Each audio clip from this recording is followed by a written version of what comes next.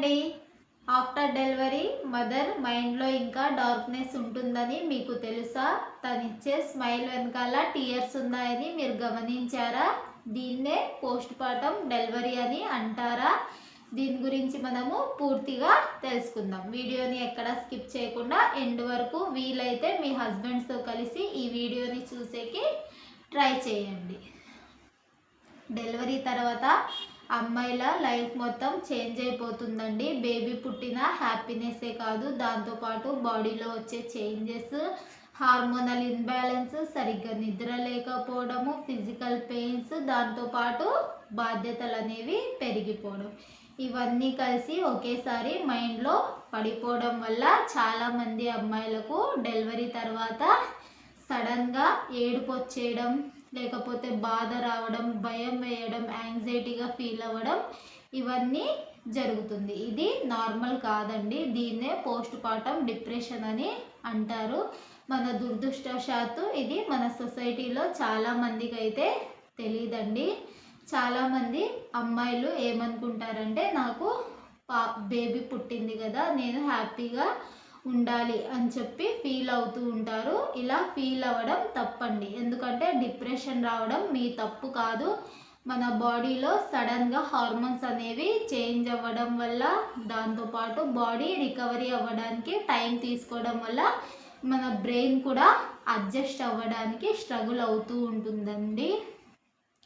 వీళ్ళు బయటకు ఎంత నవ్వుతూ ఉన్నా లోపల అనేది బాధపడుతూ ఉంటారు. ఈ బాధ వల్లే వీళ్ళు ఎక్కువగా సైలెంట్గా ఉంటూ ఉంటారండి.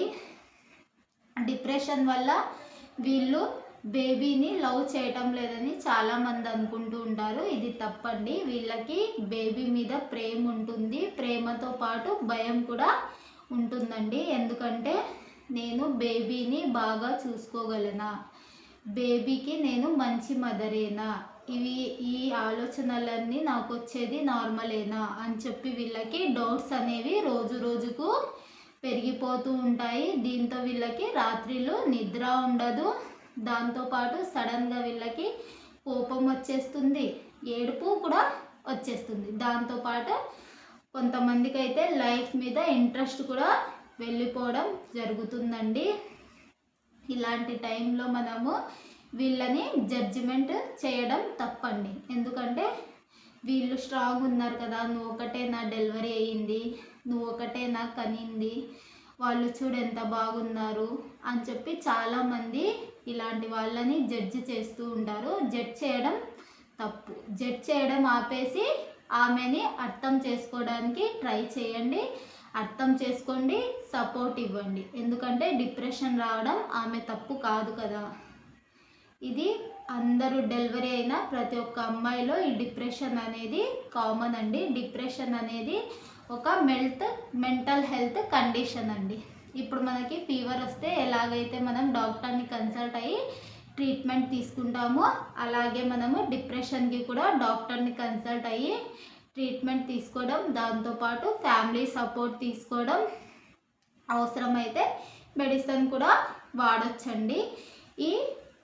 ఈ ఈ టైంలో హస్బెండ్ రోలు అండ్ ఫ్యామిలీ రోలు చాలా ఇంపార్టెంట్ అండి. ఎందుకంటే బేబీని ఎంత కేర్గా చూసుకుంటామో మదర్ని కూడా అంతే కేర్గా చూసుకోవడానికి ట్రై చేయండి. ట్రై చేయడం కాదు, ఖచ్చితంగా అంతే జాగ్రత్తగా చూసుకోండి. ఎందుకంటే మదర్ ఎంత హెల్తీగా ఉంటుందో బేబీ కూడా అంత హెల్తీగా పెరుగుతుందని గుర్తుపెట్టుకోండి. జడ్జి చేయకండి. హస్బెండ్ అయితే ఎవరెన్ని అన్నా కూడా హస్బెండ్ అనేవారు సపోర్ట్గా ఉంటే ఇంకా ఆమె ఏ డిప్రెషన్నే కాదు ఏ దాన్నైనా జయించేస్తుందండి, సాధించేస్తుంది కూడా. ఖచ్చితంగా హస్బెండ్ అనేవారు ఈ టైంలో సపోర్ట్ అయితే తీసుకోండి.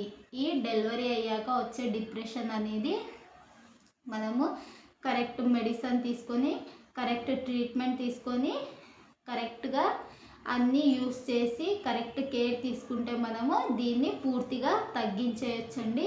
ఇది మనకి పర్మనెంట్గా అయితే ఉండదు. ఈ వీడియో చూసే వాళ్ళలో ఎవరైనా ఇలా ఫీల్ అవుతూ ఉంటే వాళ్ళు గుర్తుపెట్టుకోండి, మీ లైఫ్ చాలా విలువైనది. ఇప్పుడు మీ లైఫ్లో మీరు ఒకరే లేరు, మీతో పాటు బేబీ ఉంది. బేబీ కోసమైనా మీరు స్ట్రాంగ్ ఉండండి, మీ మైండ్ని స్ట్రాంగ్ చేసుకోండి. వీడియో నచ్చితే లైక్ చేయండి, షేర్ చేయండి, సబ్స్క్రైబ్ చేయండి. మరిన్ని ఇలాంటి వీడియోస్ కోసం మన ఛానల్ని ఖచ్చితంగా సబ్స్క్రైబ్ చేయండి. Thank you for watching.